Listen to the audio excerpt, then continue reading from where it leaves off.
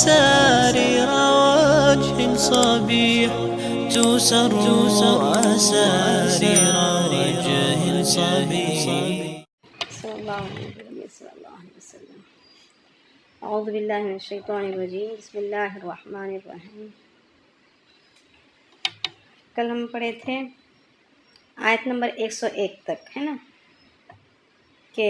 وَلَمَّا جَاءَهُمْ رَسُولٌ مِّنْ عِندِ اللَّهِ مُصَدِّقٌ لِمَا مَعَهُمْ نَبَذَ فَرِيقٌ مِّنَ الَّذِينَ أُوتُوا الْكِتَابَ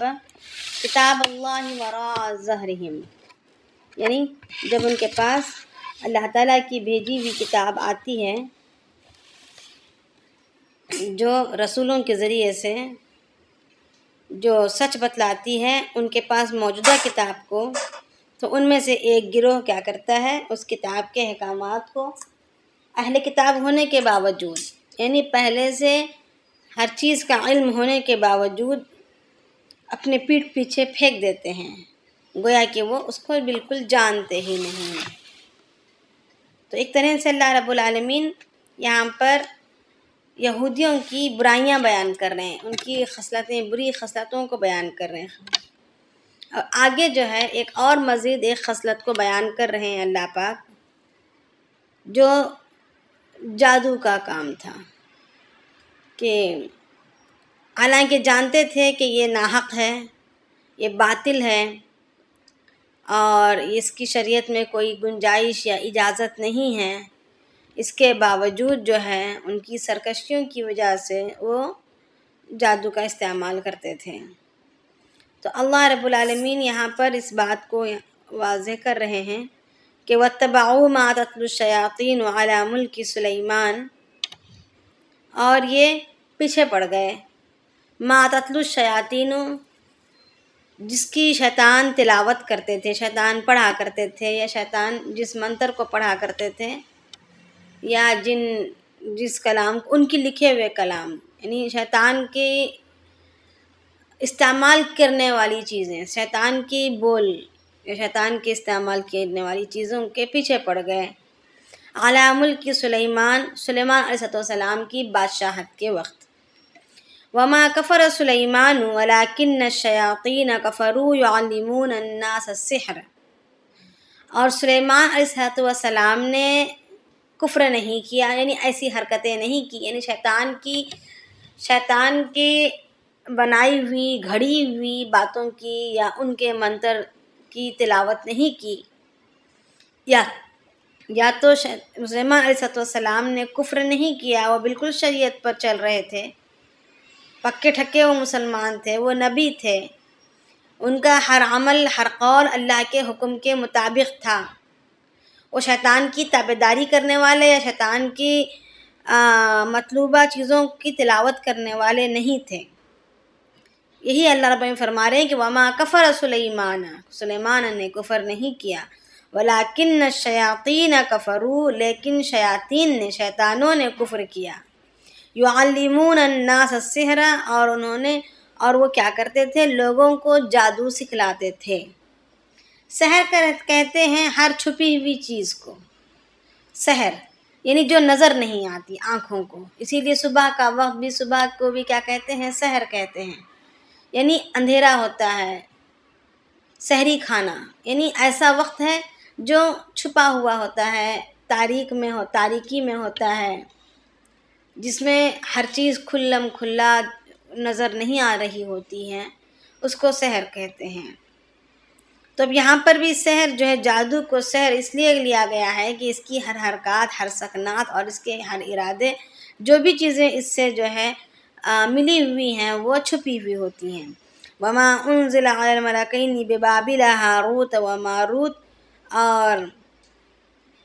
کہہ رہے ہیں اللہ رب العالمین فرما رہے ہیں کہ اور وہ جو ہے پیچھے پڑ گئے، یعنی واتبعوا ہی کی والی بات ہو رہی ہے، اسی سے تعلق ہے اس جملے کا بھی، کہ اوپر جو کہا گیا کہ واتبعوا ما تتلو الشیاطین، کہ وہ پیچھے ہو گئے یا پیچھے پڑ گئے شیطان کی مطلوبہ چیزوں کی تلاوت کے کرنے میں. اور اسی طریقے سے یہاں بھی وما انزل علی الملکین ببابل ہاروت و ماروت، اور جو کچھ ہم نے نازل کیا ہمارے دو فرشتوں پر، ہم بابل شہر میں ہاروت اور ماروت 2 فرشتوں پر جو کچھ نازل کیا گیا اس کے بھی پیچھے پڑ گئے۔ وما يعلمان من احد، اور وہ ان لوگوں نے نہیں سکھلایا، ان دونوں نے نہیں سکھایا نہیں کرتے تھے یہاں تک کہ ان کو یہ سمجھا نہ دیں، یعنی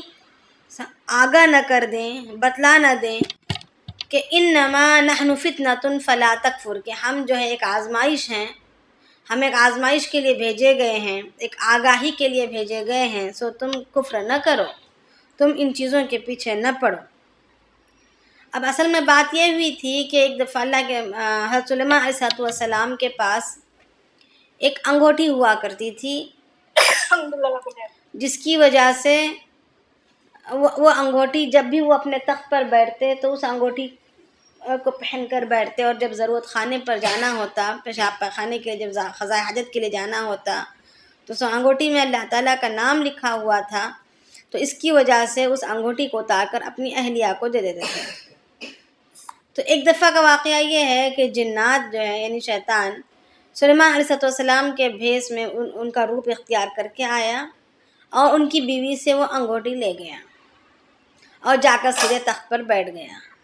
یعنی سلیمان علیہ السلام کا تخت ایک ایسا تخت تھا کہ اس میں جو ہے جنات بالکل اس کے قریب بھی بھٹک نہیں سکتے تھے، مگر جب اس نے سلیمان علیہ السلام کی انگوٹھی پہن لی تو وہ اس تخت پر جا کر بیٹھ گیا اور حکومت کرنی شروع کی۔ یعنی جب یہ بھی ایک اللہ کی مرضی اور منشا تھی، ایک سبب بنا تھا۔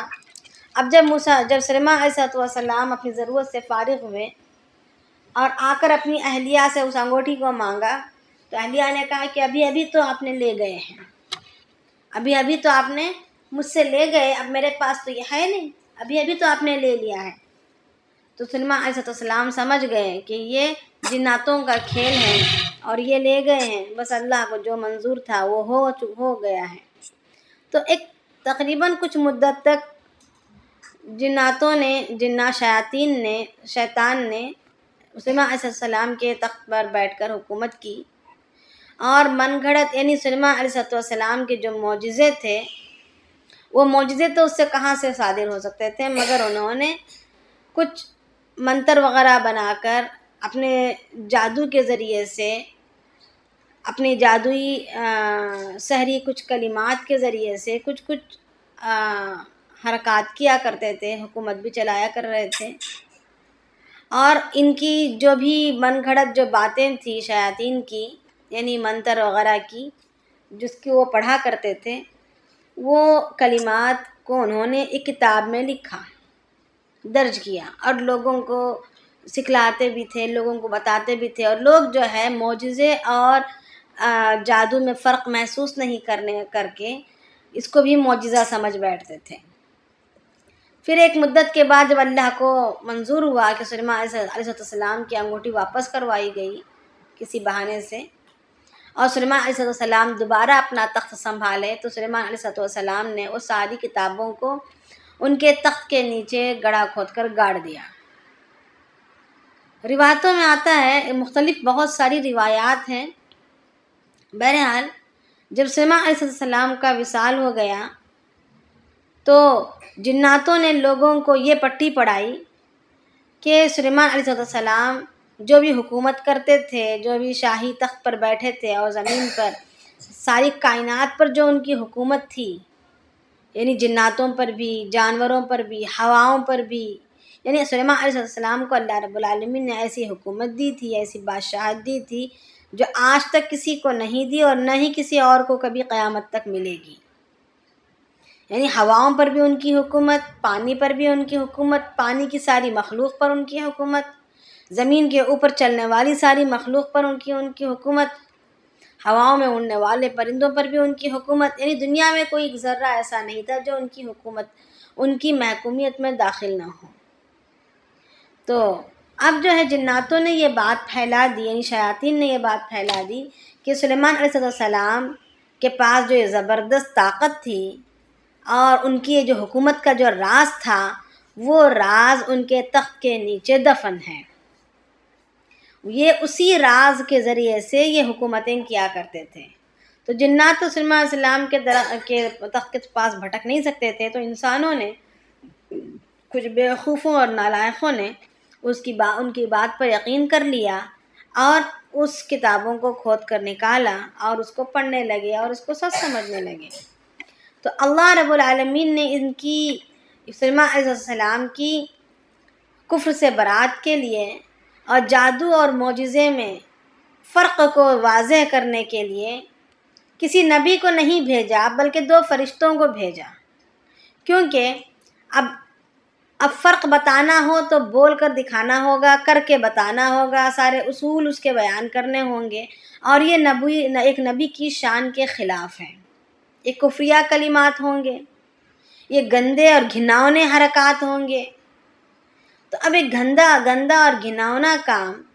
جس کی شریعت میں بالکل اجازت نہیں ہے، یہ نبی کی شان کے خلاف ہے کہ اس کے اصول، اس کے فرائض، اس کے سارے ضوابط لوگوں کو ان کے منہ سے بلوائیں، ان سے صادر کروا کے دکھلائیں۔ تو اللہ رب العالمین نے فرشتے تو جو ہے وہ کسی چیز کے مکلف نہیں ہیں، وہ بس اللہ کے رب العالمین کے حکم کے تابعدار ہیں۔ تو 2 فرشتوں کو چنا اور 2 فرشتوں کو اللہ رب العالمین نے زمین پر بھیجا اور یہ بتلا دیا کہ ان کو جا کر فرق بتلائیں کہ معجزے اور جادو میں کیا فرق ہوتا ہے۔ تو یہ دونوں فرشتے آئے اور نقصان دہ چیز جس کی شریعت میں اجازت نہیں ہے، جو کفریہ کلمات ہیں یا کفر والے طریقے ہیں اور فساد کی چیزیں ہیں جس کی شریعت میں بالکل گنجائش نہیں ہے، جس کا زبان سے بولنا یا کسی اور سے بلوانا، خود ذریعہ بن کر کسی سے بلوانا، یہ دونوں بھی انسان کو کفر تک پہنچا دیتا ہے اور انسان کافر ہو جاتا ہے۔ تو اس چیز کو فرشتوں نے انسانوں کو اس لیے بتایا تاکہ وہ لوگ فرق محسوس کر سکیں جادو اور معجزوں میں۔ تو لوگوں نے دلچسپی لے کر جب سیکھنے لگے، جب جاننے لگے، انہوں نے بس علم معلوم کروایا تھا، علم حاصل کروایا تھا تاکہ فرق محسوس ہو، فرق کا پتہ چلے، اور ساتھ ہی ساتھ ایک یہ بھی بتلا دیا کہ دیکھیں یہ بس ہم ایک آزمائش ہیں، ہم بس آگاہی کرنے کے لیے آ رہے ہیں، تمہیں پتہ بتلانے کے لیے آ رہے ہیں کہ معجزے آئے ہیں کہ معجزے اور جادو میں کیا فرق ہے، مگر یہ جادو کوئی اپنانے کی چیز یا کر گزرنے کی چیز نہیں ہے، اس کی شریعت میں بالکل کوئی گنجائش نہیں ہے، اس کو ان فرشتوں نے صاف صاف بتلا دیا تھا، بتلایا کرتے تھے۔ جب بھی کوئی جاننے کے لیے آتا، جب بھی کوئی جاننا چاہتا، اس کے بارے میں باریکی سے معلوم کرنا چاہتا، تو اس کو صاف صاف یہی بتلاتے کہ دیکھو یہ ایک گندی چیز ہے، کفریہ چیز ہے، ہم بس جو ہے آگاہی کرنے کے لیے آ رہے ہیں، بس تم علم کے لیے جان لینا ہے، اس کے علاوہ اس سے کوئی فائدہ نہیں اٹھانا ہے۔ تو اسی کو یہاں پر اللہ رب العالمین فرما رہے ہیں کہ وَمَا يُعَلِّمَانِ مِنْ أَحَدٍ حَتَّى يَقُولَا إِنَّمَا نَحْنُ فِتْنَةٌ، کہ وہ دونوں جو ہے اس وقت تک سکھلاتے نہیں تھے جب تک کہ ان کو اچھی طریقے سے سمجھا نہ دیں کہ یہ کفر ہے، یہ گندی ایک گھناؤنی چیز ہے، یہ اس کو لے کر چلنے کی چیز نہیں ہے، جب تک کھل کر نہیں بتلاتے تھے اس وقت تک سکھاتے بھی نہیں تھے، صاف صاف وضاحت کے ساتھ بتلایا کرتے تھے۔ اب یہاں پر اوپر جو بات آئی کہ یہودیوں کا کیا تھا کہ یہودیوں کو کوئی بھی ایک بات، سرکش قوم تھی، کوئی بھی چیز مل جاتی تو پکڑ لیتے، تو شیاطین نے جن چیزوں کو پڑھا، جن چیزوں کی تلاوت کی، اس کے پیچھے پڑ گئے، اور جو ہے ہاروت اور ماروت کے ذریعے سے جو چیزیں بتلائی گئیں اس کے بھی پیچھے پڑ گئے۔ اب یہاں پر یہ کہا جاتا ہے کہ ہر وہ چیز جس سے انسان کی عقل پر اثر پڑے، انسان کی دل و دماغ پر، اس کی کیفیات پر اثر پڑے، چاہے وہ شعر و شاعری ہو، عشقیہ شعر و شاعری ہو، یا پھر کوئی ایسا کلام ہو جس سے سامنے والا انسان دھوکے میں آ جائے، یہ سب کچھ جو ہے شیطان کی تلاوت مانی جائے گی۔ جیسے آج کل کا گانا بجانا ہے، موسیقی ہے یعنی میوزک ہے، جو بھی ہو، انسان کو اللہ کے ذکر سے اور اللہ کے دھیان سے دور لے جاتا ہو، اللہ کے احکامات سے بندے کو دور لے جاتا ہو، وہ سب کچھ وَاتَّبَعُوا مَا تَتْلُو الشَّيَاطِينُ میں داخل ہے۔ آ رہی ہے بات سمجھ میں؟ کہ ہر وہ چیز جو انسان کو اللہ کے ذکر سے دور لے جائے، اللہ کے احکامات سے دور لے جائے اور ایمان کے اندر کمزوری پیدا کروا دے، انسان کے دل و دماغ پر اثر کر جائے اللہ سے دوری پیدا کرنے میں، وہ شیطان کی تلاوت سمجھی جائے گی، شیطان کی تلاوت مانی جائے گی۔ اب آگے اللہ رب العالمین فرما رہے ہیں فَيَتَعَلَّمُونَ مِنْهُمَا مَا يُفَرِّقُونَ بِهِ بَيْنَ الْمَرْءِ وَزَوْجِهِ۔ اب یہاں پر اللہ رب العالمین یہ بتلا رہے ہیں کہ اس وقت کے جو لوگ تھے انہوں نے اس جادو کو صرف علم کے حاصل کرنے کے لیے یا معجزے اور جادو میں فرق جاننے کے لیے سیکھا نہیں، بلکہ وہ لوگوں کی سیکھنے کی غرض کیا تھی؟ وہ لوگ سیکھا کرتے تھے منہما یعنی ان دونوں سے ما یفرقون به بین المرء وزوجه، یعنی تاکہ وہ فرق ڈال دیں، تفرقہ ڈال دیں، جدائی ڈال دیں شوہر اور بیوی کے درمیان، میاں بیوی میں آپس میں توڑ پیدا کرنے کے لیے اسی غرض سے یہ لوگ سیکھنا انہوں نے شروع کیا۔ حالانکہ جادو پہلے سے ہی تھا، یہ بات نہیں کہ ہاروت اور ماروت ہی کے ذریعے سے جادو دنیا میں آیا، نہیں، بلکہ جادو پہلے سے تھا۔ موسیٰ علیہ السلام کے زمانے میں بھی جادو تھا۔ فرعون کے کسی کا مائی کون ہے تو بند کر دیں برائے مہربانی۔ بند کرو کریم۔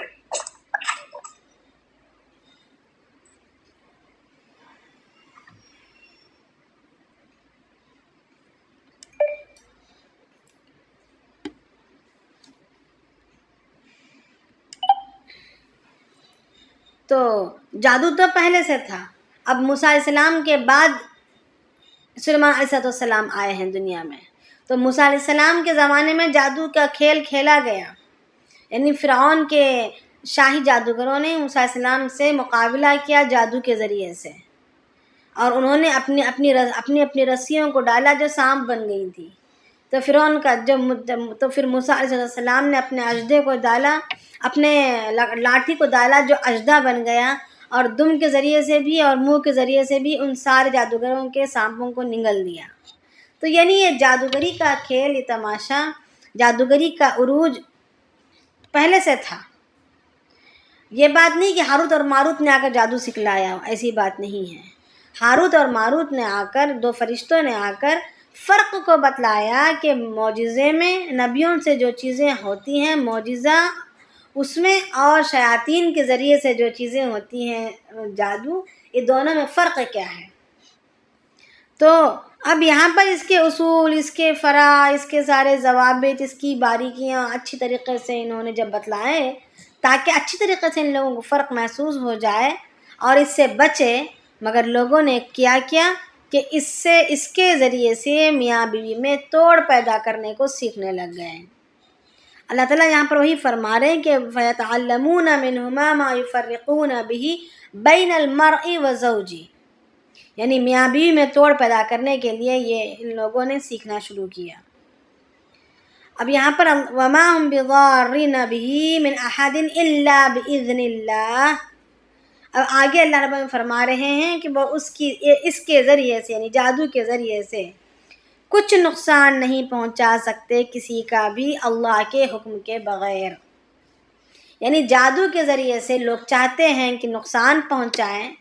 آپس میں رشتے خراب ہو جائیں، اس لیے کہ میاں بیوی کا جو رشتہ ہے یہ اصل رشتہ ہے، سب سے پہلے وجود میں آیا ہوا رشتہ ہے۔ جب آدم علیہ السلام کو جب بنایا گیا تو اللہ رب العالمین نے انہی کی پسلی کی ہڈی سے حوا علیہ السلام کو بنایا، اور انہی کی پسلی کی ہڈی سے بنایا۔ جس طرح اللہ رب العالمین نے آدم علیہ السلام کو ایک مٹی کے پتلے سے بنایا تھا، ایسے ہی ایک اور مٹی کا پتلا تیار کر کے حوا علیہ السلام کو بنا سکتا تھا، مگر نہیں، اللہ رب العالمین نے آدم علیہ السلام ہی کے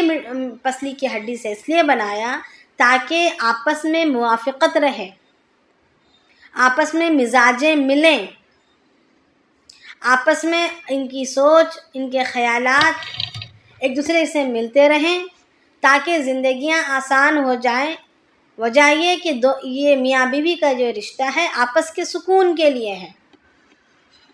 کوئی دنیاوی کاروبار کے لیے، دنیاوی کام و کاج کے لیے کہ وہ کمانے کی مشین ہے، یہ پکانے کی مشین ہے، کما کر لائے ہوئے مال کو پکا کر کھانے کی، ایک تو کمانے کی مشین ایک پکانے کی مشین، اور دونوں مل کر کھا رہے ہیں۔ نہیں، اس غرض کے لیے نہیں یہ دو جوڑے بنائے گئے۔ غرض ان جوڑوں کا یہ ہے کہ آپس میں سکون رہے، چین و سکون رہے، ایک دوسرے کے سکون کے لیے۔ جب آدم علیہ السلام نے پوچھا کہ یا اللہ یہ کیا ہے، تو اللہ رب العالمین نے فرمایا کہ یہ تمہاری بیوی ہے، تمہارے سکون کے لیے میں نے بنایا ہے۔ تو اصل میاں اور بیوی کے رشتے کے درمیان جو چیز مطلوب ہے، جو چیز مقصود ہے، وہ آپس کا جوڑ اور آپس کی محبت ہے، اور یہ سارے رشتوں کا اصل رشتہ ہے۔ تو اب شیاطین کو اسی میں تفرقہ ڈالنا تھا، کیونکہ یہ اصل رشتہ ہے، اسی سے دنیا کا وجود ہے، اسی سے نسل بنتی ہے، اسی سے اخلاق بنتے ہیں۔ اخلاق اگر آگے سیکھے جاتے ہیں تو ان دونوں جوڑوں سے ہی سیکھے جاتے ہیں، نسلوں میں اخلاق کا عروج ہوتا ہے، نسلوں میں چین و سکون، آپس کے جوڑ، محبت، رشتہ داری کا نبھانے کا انداز، سب کچھ جوڑوں سے سیکھا جاتا ہے۔ اولادیں سیکھتی ہیں، پھر اولادوں کے جب جوڑے بنتے ہیں تو پھر ان سے سلسلہ چلتا ہے، چاہے ماحول ہو آج کا یا کل کا یا گزرا ہوا ماحول ہو، وہ بھی کہاں سے وجود میں آئے؟ جوڑوں کے ذریعے سے ہی وجود میں آئے ہیں۔ تو یعنی ہر چیز کی بنیاد، معاشرہ ہو، معاملہ ہو، اخلاقیات ہو، ایمانیات ہو، اعمالیات ہو، چاہے جو بھی شعبہ ہو دنیا میں جینے کا اور آخرت کی کمائی کے کرنے کا، آخرت کے توشے کے بنانے کا، یا دنیا کی ضرورتوں کے پورا کرنے کا، جو بھی شعبہ ہو، جو بھی میدان ہو، وہ ان جوڑوں سے ہی وجود میں آتا ہے، دو جوڑوں سے۔ تو اسی میں تفرقہ اگر پیدا کر دیں گے، ان کے درمیان کے رشتوں کو خراب کر دیں گے، ان کے دماغوں کو بھٹکا دیں گے، آپس کا جوڑ محبت ختم کر دیں گے، تو پھر اخلاق پامال، گھریں برباد، بچوں کے اخلاقیات پر، ان کے نفسیات پر اثر، پھر یہ سلسلہ چلے گا نفسیات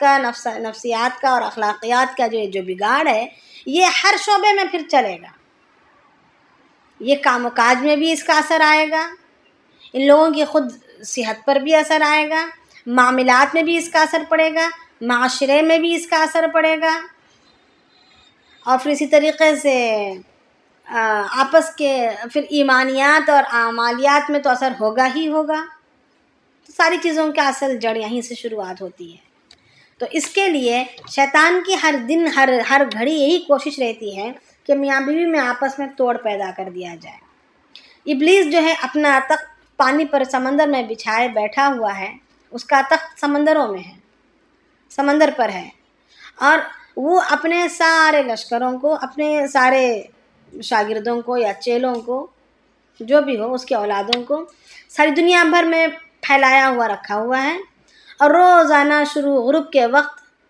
وہ جا کر اپنے استاد یعنی ابلیس کو اپنا کارنامہ جتاتے ہیں کہ آج میں نے یہ کیا، آج میں نے یہ کارنامہ انجام دیا، آج میں نے یہ کارنامہ انجام دیا، اور اس کو اس کے مطابق اس کے لیے ہدیے، تحفے، تحائف سارا کچھ ملتا رہتا ہے، شاباشیاں وغیرہ۔ اگر کوئی یہ کہتا ہے، حدیث شریف میں آتا ہے، اللہ کے نبی نے فرمایا کہ اگر کوئی یہ کہتا ہے کہ میں نے آج فلاں میاں بیوی کے درمیان توڑ پیدا کیا، جھگڑا پیدا کیا، ناچاقیاں پیدا کیا، میں نے ذریعہ بنا، تو وہ ابلیس اپنے تخت پر سے اٹھتا ہے، اس کو اپنے گلے لگاتا ہے اور اس کا درجہ بڑھا دیتا ہے، اس شیطان کا درجہ بڑھ جاتا ہے، یعنی وہ لوور درجے سے پروموشن اس کو مل جاتی ہے اوپری درجے کے لیے۔ تو اب یہاں پر بھی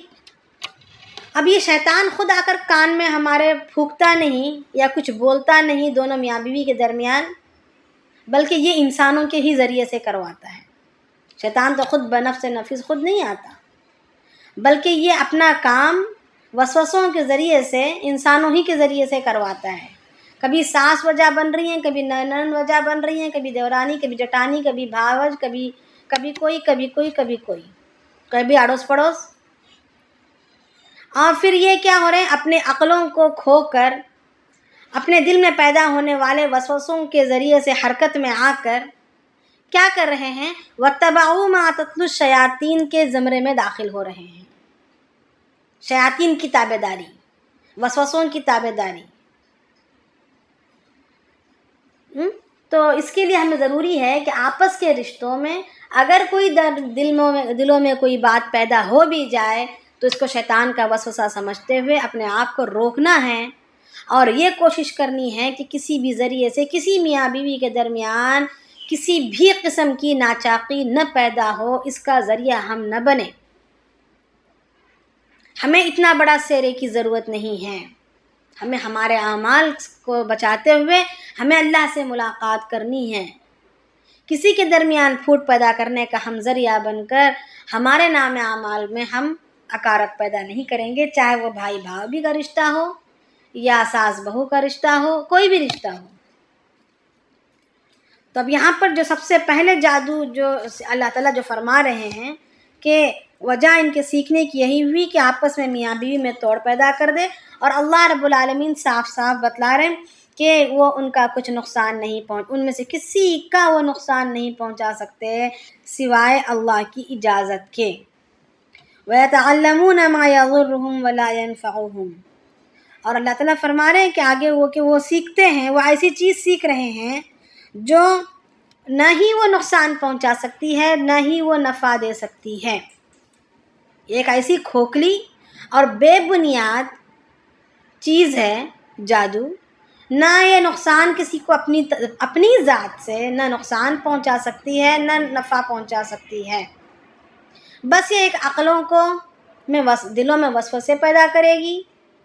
یا کچھ کمزوریاں پیدا کرے گی، اس سے زیادہ کچھ نہیں کرے گی. بس ایک بے تکی، ایک معمولی سی حقیر چیز ہے جو نقصان اور نفع پہنچانے کی کوئی طاقت نہیں رکھتی. وَلَقَدْ عَلِمُوا لَمَنِ اشْتَرَاهُ مَا لَهُ فِي الْآخِرَةِ مِنْ خَلَاقٍ. آگے اللہ پاک فرما رہے ہیں کہ خوب اچھی طریقے سے جان لو کہ جس کسی نے اس جادو کو اختیار کیا، اپنے ایمان کو بیچ کر خرید لیا، لَمَنِ اشْتَرَاهُ، جس کسی نے اس کو خرید لیا ہو، مَا لَهُ فِي الْآخِرَةِ مِنْ خَلَاقٍ، اس کا آخرت میں کوئی حصہ نہیں ہوگا. یعنی حدیث شریف میں آتا ہے، اللہ کے نبی صلی اللہ علیہ وسلم فرماتے ہیں کہ جس نے جادو کو سیکھا یا جادو کسی سیکھے ہوئے سے جادو کو کروایا، کسی دو کے درمیان پھوٹ پیدا کرنے کے لیے ہو یا کسی دو کے درمیان جوڑ پیدا کرنے کے لیے ہو، مگر طریقہ غلط تھا تو وہ کافر ہو جاتا ہے، اس کا ایمان فوراً ختم ہو جاتا ہے. حضرت عائشہ رضی اللہ تعالیٰ عنہ، تفسیر ابن کثیر میں آتا ہے، میں اپنی جانب سے کوئی گھڑا ہوا قصہ نہیں بیان کر رہی ہوں، بلکہ حضرت عائشہ رضی اللہ تعالیٰ عنہ سے روایت ہے کہ اللہ کے نبی صلی اللہ علیہ وسلم کی دنیا سے جانے کے کچھ ہی دن بعد، یعنی بالکل قریب دنوں میں، کچھ ہی دن ہوئے تھے، ابھی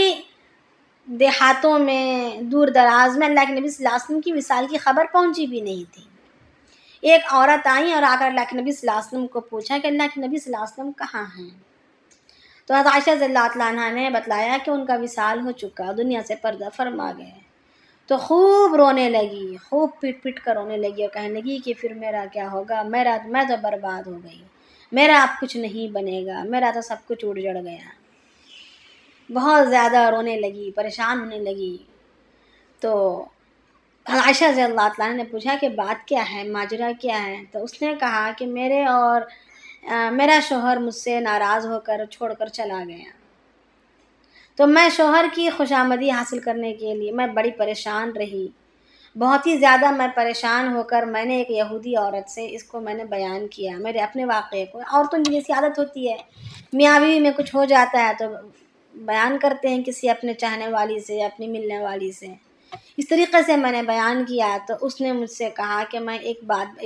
تجھے ایک راستہ بتاتی ہوں، اس پر اگر تو چل پڑے گی تو تیرا شوہر بھی تجھے مل جائے گا، تیری زندگی بھی سنور جائے گی، سدھر جائے گی. تو میں نے شوہر مجھے چاہیے تھا، شوہر کی ناراضگی کو مجھے دور کرنا تھا، تو میں نے اس کی بات مان لی۔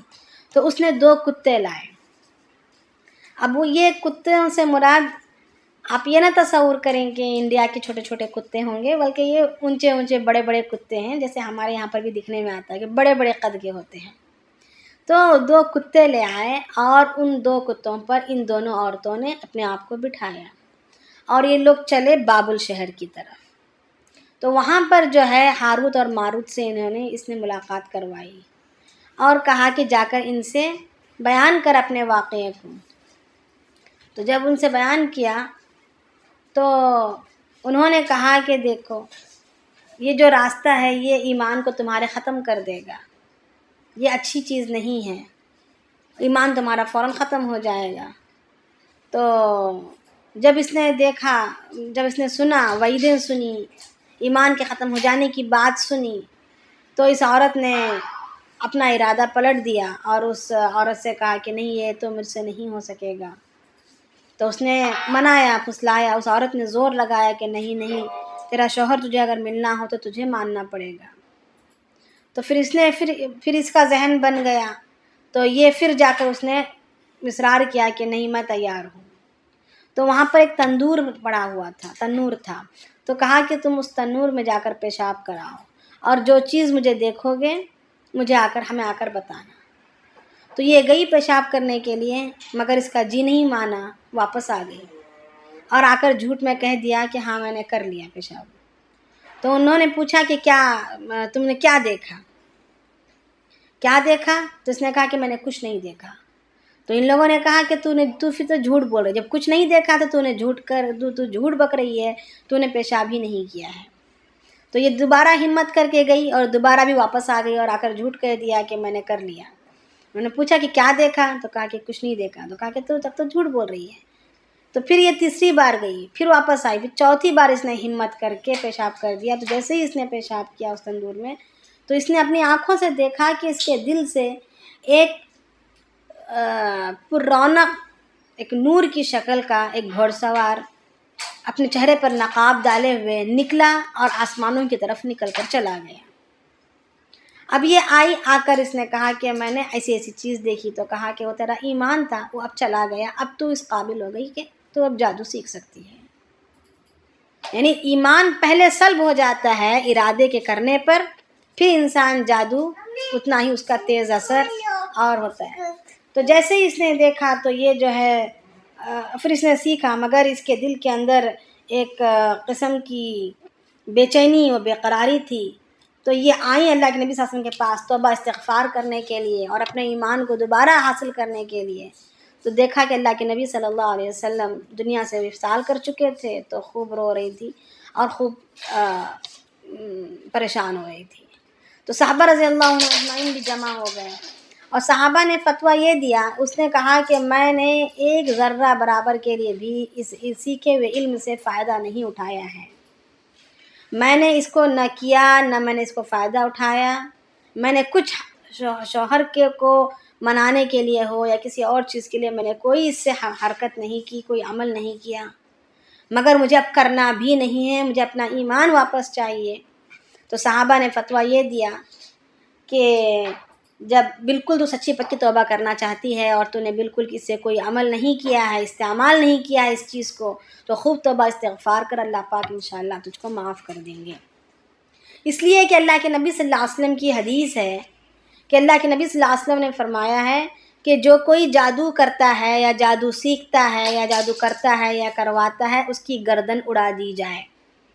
شریعت میں جس طریقے سے چوری کرنے پر ہاتھ کاٹنے کا حکم ہے،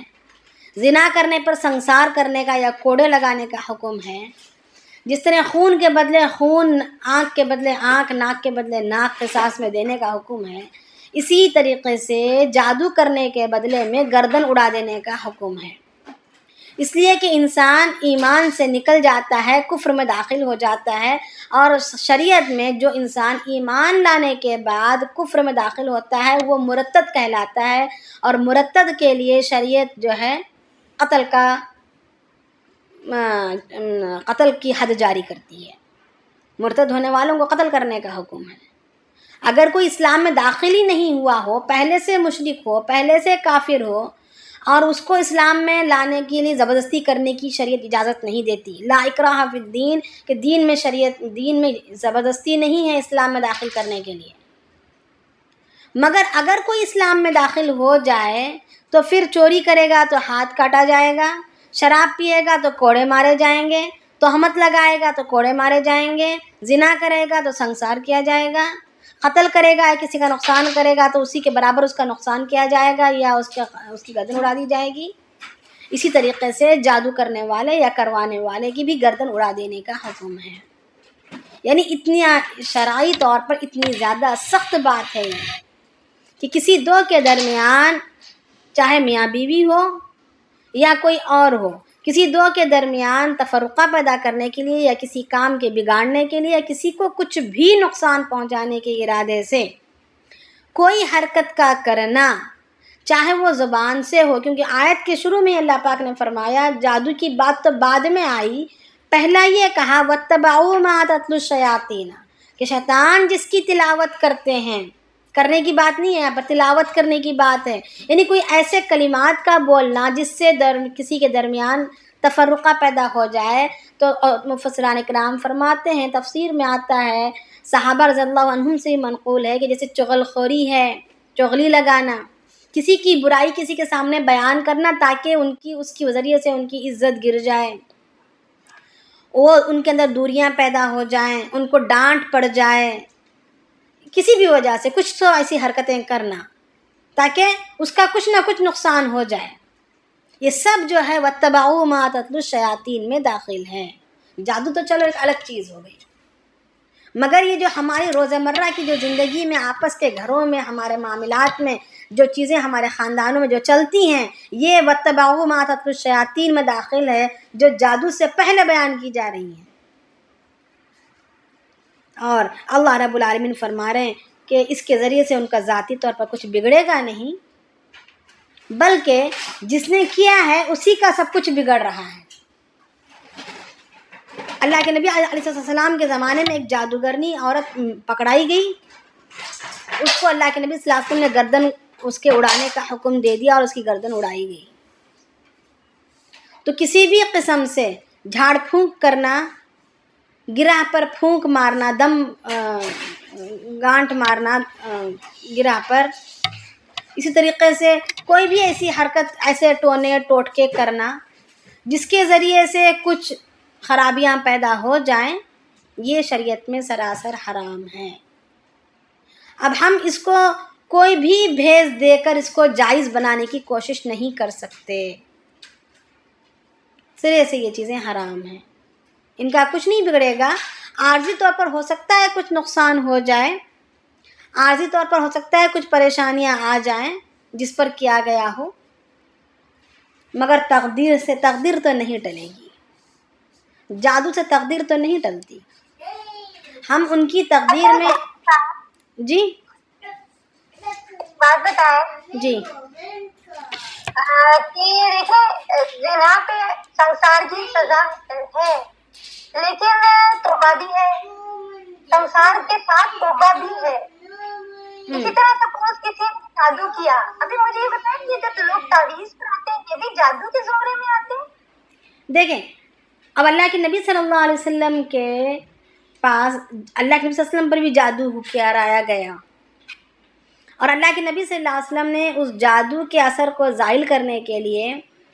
اللہ رب العالمین نے سورہ فلق اور سورہ ناس کی آیات پڑھی، اور اس کے ذریعے سے ان کا جادو کا اثر زائل ہو گیا. اور صحابہ کرام رضی اللہ عنہم اجمعین سے رقیۃ الشرعیہ منقول ہے. سورہ فاتحہ اللہ کے نبی صلی اللہ علیہ وسلم غالباً حضرت عبداللہ بن مسعود رضی اللہ عنہ، ہاں، ایک دفعہ قافلہ جا رہا تھا، کسی کو کسی قوم کے سردار کو کچھ پریشانی لاحق تھی، بیمار تھا، تو سانپ نے پتہ نہیں کچھ نے کسی وجہ سے تکلیف تھی، تو وہ آئیں، اس کی خادمہ آئیں، لونڈی آئیں اور کہا کہ تمہیں کوئی جھاڑ پھونک جانتا ہے؟ تو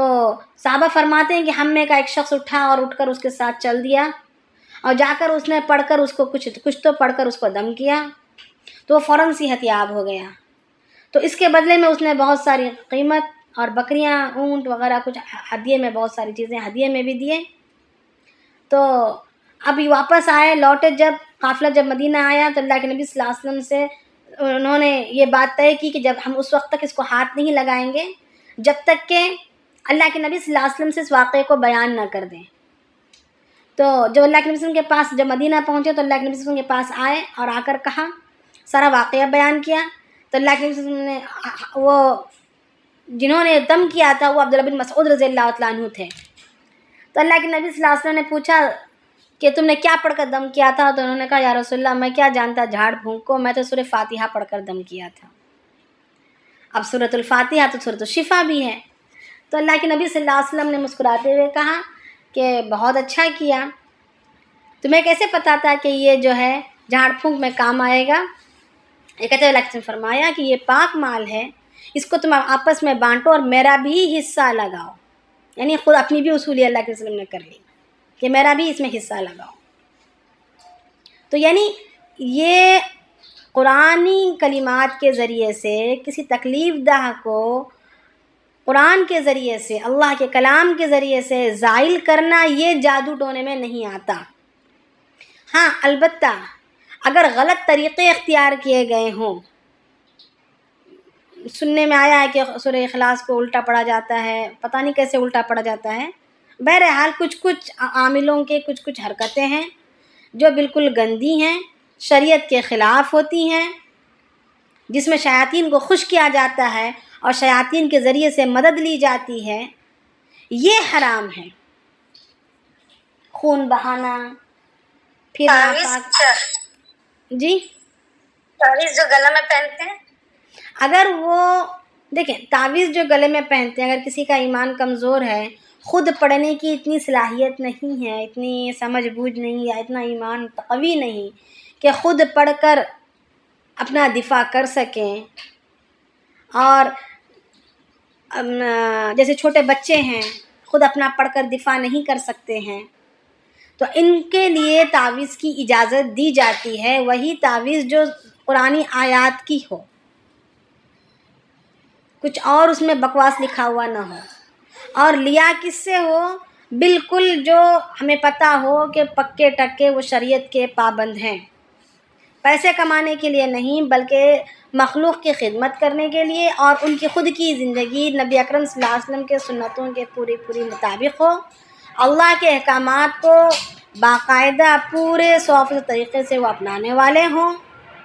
پورے طریقے سے شریعت کے پابند ہوں۔ ایسوں کے پاس سے تعویذ کا لینا اور کسی کمزور ایمان والے کے گلے میں ڈالنا یہ جائز ہے، اس کی اجازت دیتے ہیں مولانا اشرف علی تھانوی رحمۃ اللہ علیہ، میں نہیں دے رہی، مولانا اشرف علی تھانوی رحمۃ اللہ علیہ اجازت دیتے ہیں۔ مگر بہتر چیز یہ ہے، زیادہ پسندیدہ چیز یہی ہے جو خود اللہ کے نبی صلی اللہ علیہ وسلم نے اپنی زندگی میں کیا اور صحابہ نے بھی کیا، کہ خود ہتھیار اٹھا لیں، کسی اور کے بل بوتے پر نہیں بلکہ خود تیار ہو جائیں مقابلے کے لیے، خود میدان میں اتر جائیں، اپنے ایمان کو مضبوط کریں۔ خود یہاں پر اللہ پاک فرما رہے ہیں وَمَا هُم بِضَارِّينَ بِهِ مِنْ أَحَدٍ إِلَّا بِإِذْنِ اللَّهِ، کسی کا وہ کچھ نہیں بگاڑ سکتے اللہ کے حکم کے بغیر۔ تو چاہے جادو ہو، چاہے کسی کی زبان درازیاں ہوں، پیچھے سے کوئی باتیں سکھانا ہو، جو بھی حرکتیں ہوں، ہمارا نقصان اسی وقت ہوگا جب اللہ چاہیں گے۔ اسی لیے گھبراہٹ کو، ڈر کو ہمیں دل سے نکالنا ہے، اپنے ایمان کو مضبوط بنانا ہے۔ جتنا زیادہ ہمارا ایمان مضبوط رہے گا اتنا ہی اس کا اثر ہم سے دور رہے گا، ہمیشہ پاک و صاف رہیں گے، وضو کے ساتھ رہیں گے۔ جیسے حضرت عمر رضی اللہ تعالیٰ عنہ ایک راہب کے گھر ایمان کی دعوت لے کر گئے، تو اس نے دروازہ کھولنے میں دیر کی، کافی دیر کے بعد اس نے دروازہ کھولا، تو اس سے پوچھا عمر رضی اللہ عنہ نے کہ تو نے اتنی دیر سے دروازہ کیوں کھولا؟ تو اس نے کہا کہ جب آپ میرے گھر میں آ کر دروازے پر دستک دیے تو میرے گھر میں زلزلہ طاری ہو گیا، تو میں سمجھ گیا کہ کوئی بڑی بات پیش آنے والی ہے، تو میں نے فوراً وضو کر لیا۔ یعنی وضو سے ایک طاقت حاصل ہوتی ہے، اس سے انوارات ہمارے ساتھ ہوتے ہیں، فرشتے ہمارے ساتھ ہوتے ہیں. اگر فرشتے ہمارے ساتھ رہیں گے، ہمارے جسم سے بدبو نہیں آ رہی ہوگی، ہمارے کپڑے پاک، ہمارا جسم پاک، ہماری نیت پاک، ہمارا دل و دماغ پاک، ہماری ہر حرکت پاک ہے، تو پھر فرشتے ہمارے ارد گرد رہیں گے، تو پھر یہ باطل اور یہ گندی اور یہ گھناؤنی چیزیں ہم سے دور رہیں گی، ہم تک نہیں پہنچ سکیں گی. ایک تو یہ بات ہو گئی. دوسرا یہ کہ جتنا زیادہ ہمارا ایمان قوی رہے گا، اتنا ہی ہمارے اندر ہماری روح مضبوط رہے گی اور کسی چیز کا ہم پر اثر نہیں ہوگا. اگر ہم نے سورہ فاتحہ بھی پڑھی وہ ہمارے لیے فائدہ مند ہوگی. اگر ہم نے سورہ فلق اور سورہ ناس پڑھا تو وہ بھی ہمارے لیے فائدہ مند ہوگا. کئی ہزاروں کی تعداد میں ہمیں گننے کی ضرورت نہیں پڑے گی، بلکہ دل کی گہرائی سے، کامل یقین سے، جیسے اللہ کے نبی صلی اللہ علیہ وسلم نے ایک دفعہ پڑھنے میں ان کا جادو ٹل گیا تھا، ایسے ہی ہمارا بھی ہو سکتا ہے. شرط یہ کہ ایمان کے درجے کو ہمیں بڑھانا ہوگا. جتنا زیادہ ایمان قوی رکھیں گے، اتنا ہی ہمارے اعمال میں، ہمارے بول میں اثر پیدا ہوگا، ہمارے پڑھنے میں اثر پیدا ہوگا. کب پیدا ہوگا؟ جب ہمارا ایمان مضبوط رہے گا. ایمان کی مضبوطی جو ہے اخلاق سے بھی ہوتی ہے، اخلاق سے ظاہر ہوتی ہے. ایمان کی مضبوطی ہمارے اعمال سے ظاہر ہوتی ہے. ایمان کی مضبوطی ہمارے تقوی سے ظاہر ہوتی ہے. اگر ہمارے اعمال نبی کے طریقے کے مطابق نہیں رہے، اگر ہمارے اعمال اللہ کے حکم کے مطابق نہیں رہے، تو پھر ہماری یہ جو پڑھی جانے والی چیزیں ہیں نا، اس میں پھر کمزوری آئے گی. یہ طاقتور نہیں رہیں گے، ان میں پھر کمزوری رہے گی. جب ان میں کمزوری رہے گی تو ظاہری بات ہے اثر پورا نہیں ہوگا. یعنی ادھر سے ہم دوائی بھی کھا رہے ہیں، ادھر سے ہم تھوڑا سا زہر بھی کھا رہے ہیں، تو اثر برابر سرابر ہوتا رہے گا. تو تعویذ کی اجازت ہے، مگر یہ کہ وہ شریعت کے مطابق ہو، پورا ہمیں بھروسہ ہو، کامل یقین ہو کہ وہ شریعت کے مطابق ہے، کوئی شریعت کے خلاف اس میں کام نہیں کیا گیا ہو، اس وقت جا کر اجازت ہے.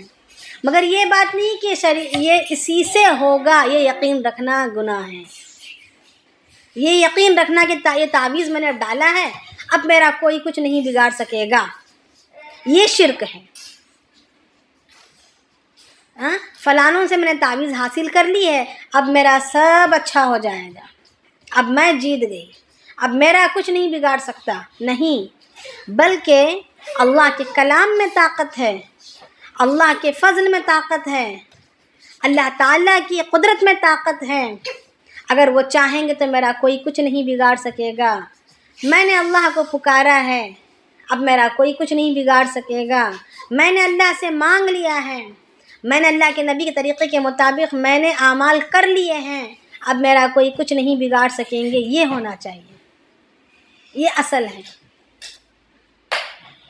تعویذ پہنیں گے بھی تو اللہ کی ذات پر نگاہ رکھنا ہے کہ اللہ کا کلام ہے، اللہ پاک ہی اس میں اثر پیدا کرنا ہے. تعویذ سے کچھ نہیں ہوگا، کرنے والی ذات تو اللہ کی ہے، نگاہ اللہ ہی پر ہی ہو.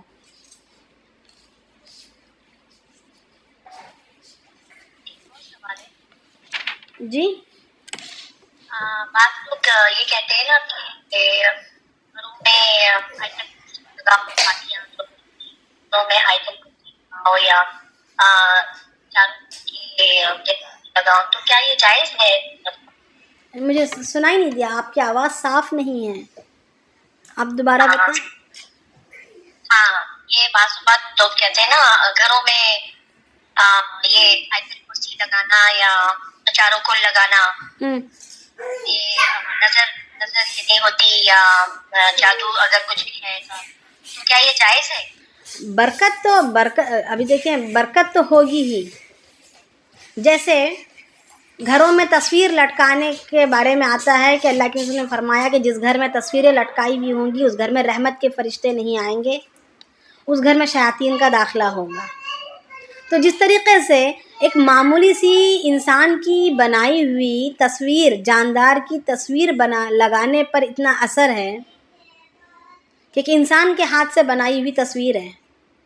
یا کھینچی گئی تصویر ہے. اب اس کے لگانے سے اثر یہ ہو رہا ہے کہ فرشتے داخل نہیں ہو رہے اور شیاطین آ رہے ہیں، تو اللہ کے کلام میں بھی ضرور تاثیر ہوگی، بدرجہ اولا تاثیر ہونی چاہیے. تو تاثیر ہوگی برکت کی تاثیر ہوگی، مگر لگانے میں کچھ احتیاط کرنا ضروری ہے. اگر جب لگائیں گے تو پھر وہ ہمارے سروں کے اوپر ہو، ہماری پشت نہ ہو رہی ہو،